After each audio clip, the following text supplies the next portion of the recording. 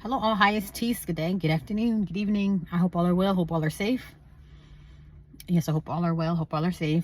And hopefully your weather is mild. It's a little cloudy right now, about 65. Yeah, but you know what the crazy thing is? Like up and down. Some days it's quiet, and some days it's like you get a feeling it's like, dang, you know, something's gonna pop off. You got to keep looking over your shoulder. But I'm thinking like right now, they're literally preparing for chaos and distraction and turmoil. And I mean, for me, I'm thinking the best way to prepare is to stay in the background and stay out the way and just be prepared, or you know, hope for the best and expect the worst, because you know it's kind of like the sleight of hand has been done to us a whole lot, like, and then with distraction too. Okay, so while you're distracted, I'm gonna make it seem like, oh hey, I'm your friend, I'm here to help, or oh, free this and that. And while you're thinking that I'm here to help, like I have like a more sinister plan in the background as far as what's going on. Like for instance, like and I literally just thought of it because even though this has been a long time ago, like even with the Obama election, and people still love Obama. Oh my God, that's the best president, the first black this and that.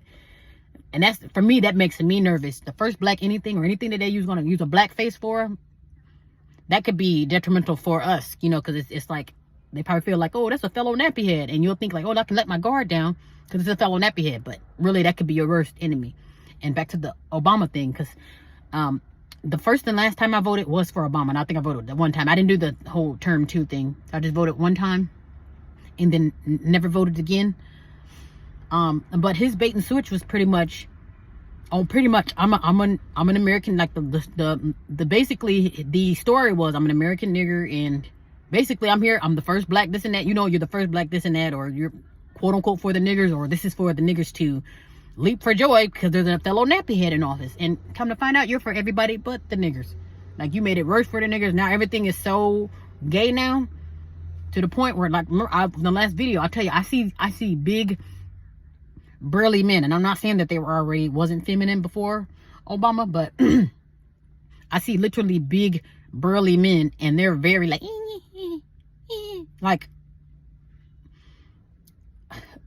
overly fragile. Like, they just sound like they just been tickled in the wrong places, like literally. And I'm just like you are literally a huge man, you know. And then for me, I'm a nice sized woman, and I'm not there's nothing, what is it, squeamish. I don't even know how to explain it, but I'm like, I seen a guy, he literally was big as a house and tall as hell. He was big just because he was fat, but tall as hell. And he talking, yeah, yes. And I'm thinking like, oh my goodness. And I seen another gentleman. He's very nice and kind. I would consider him a gentleman, but he's, I mean, I don't know if they talk that way just to be like, okay, just so you don't think I'm intimidating. Because trust me, if I'm a big black man, I'm gonna be whatever it is. Because like I say, I am who I am now in my feminine body. Like if I'm a man, I would be the big mighty man that I would never be. Let me talk a little soft. You know, if I want to be soft, I'll just be a little princess. I wouldn't be a big ass, thick ass, big burly, full set, black, intimidating man. And the voice is higher than Cinderella, and I'm just I'm like, who tickled you in the wrong places?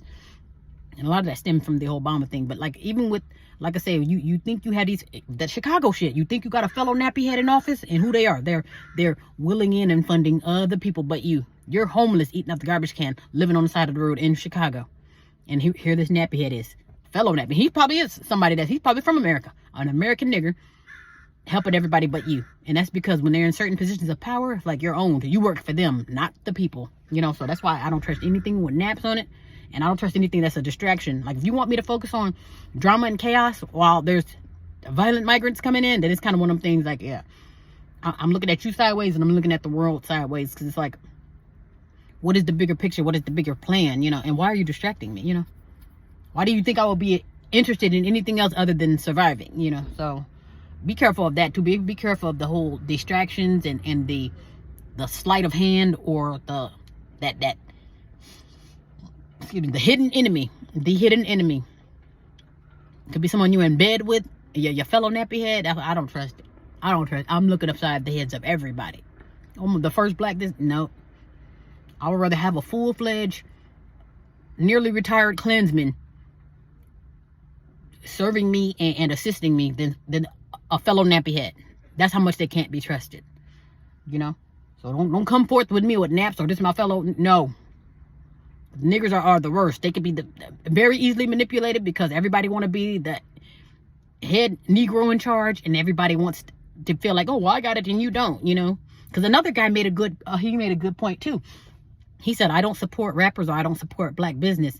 And you would think like, well, why can you say that? And so he had a good point. He pretty much saying, well, do I have to support you just because you're black? And if I do support you, are you giving it back to the system, or are you getting rich off me just to tell me, oh, I got it and you don't? And the rappers do that. We make these rappers rich, or oh, that's my favorite rapper, and they'll have a money, oh, I got it and you don't, or I just took your bitch. You know, they'll throw it in your face, and that's what niggers do. That's what I don't. Like I said, give me your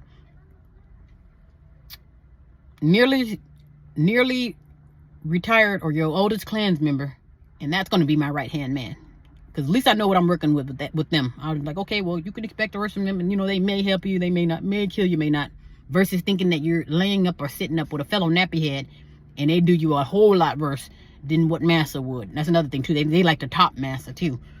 For instance, they had there's another one. I could just keep going with the nappy heads. I can keep going. When they had the prisoner in the jail experiment, where some people are the prisoners and some people are playing the roles as police officers.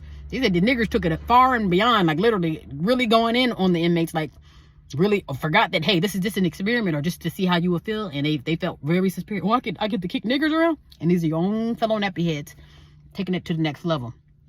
So I don't trust nothing with naps on it. Not at all. Nothing with nappy heads. Yeah, so keep that in mind. Be well and be safe.